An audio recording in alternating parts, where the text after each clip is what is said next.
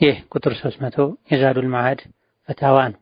ዛሬ ከምናያቸው ጥያቄዎች የመጀመሪያው ጥያቄ ሰፋ ያለ ሱሪ መልበስ እንዴት ይታያል? ለወንድ ከሆነ ችግር የለውም እስካልተጎተተ ድረስ። ለሴት ከሆነ ግን ሴት ልጅ ሱሪ ይስፋ የሚጥበብም ሱሪ ለብሳ መሄድ አትችልም። አይቀርም ከላይ ወገብ አካባቢ ላይ ዳሌ አካባቢ ላይ የሰውነት ቅርጽ ማሳየቱ አይቀርም። ወከዛልክ የሴት ልጅ የሂጃብ መስፈርትንም ያጎድላል። የሴት ልጅ የሂጃብ መስፈርት የሰውነት ቅርጽ ማያሳይ ሰፊ፣ ረዥም፣ ከወንድ ማያመሳስል ከካፍር ሴት ማያመሳስል መሆን አለበት። ሙስሊም ሴት ሱሪ ከለበሰች ሱሪ ቢስፋ የሚጥበብም ከካፍር ጋር ተመሳስላለች። ካፍር ሴቶች ናቸው ሱሪ የሚለብሱት የምናውቀው ከድሮም ጀምሮ። ጠበብ ያለው አባያው እንኳ የሂጃብ መስፈርት አላሟላም የተባለ አባያ ቀሚስ ትከሻን ያሳያል፣ ደረት አካባቢ ቅርጹን ያሳያል። ይሄ ሁሉ በጅልባብ መሸፈን አለበት።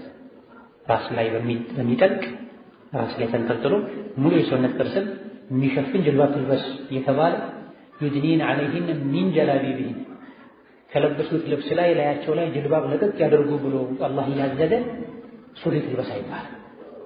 ሱሪው ጠባብ የሚሆን ሰፊ የሙስሊም ሴት ልብስ አይደለም። ሱሪ ከአባያ ስር ከጅልባብ ስር ሱሪ ልታደርግ ትችላለች፣ ከስር ካልታየ። በሄደችበት ሁሉ ከላይ ያለውን አውልቃ የሰውነት ቅርጽን ያሳዩ ፊትናን ካላመጣ።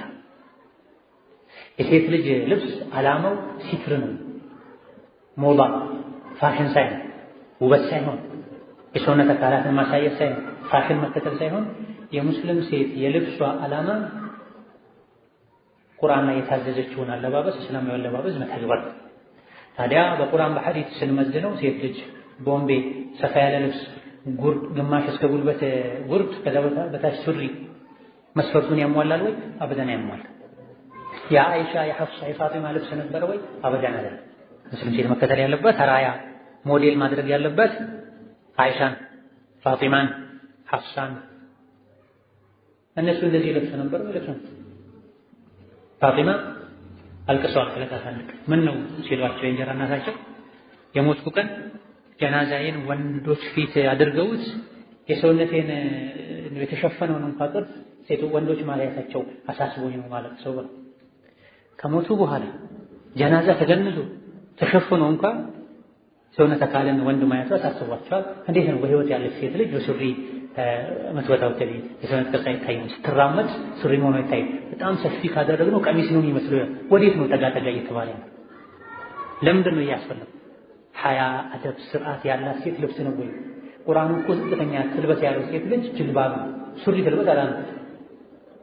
ሙስሊም ሴት ሱሪ ትልበስ አላለምና የሴት ልጅ ልብስ ማነስ የኢማኗ ማነስ ነው፣ የሐያዋ ማነስ ነው። የሴት ልጅ ልብስ መብዛት የኢማኗ መብዛት የሐያዋ መብዛት ነው። እንግዲህ ኢማኑ እንዲበዛ የፈለገች ሴት ልብሷን ታብዛ ታርዝ ያለ ማህር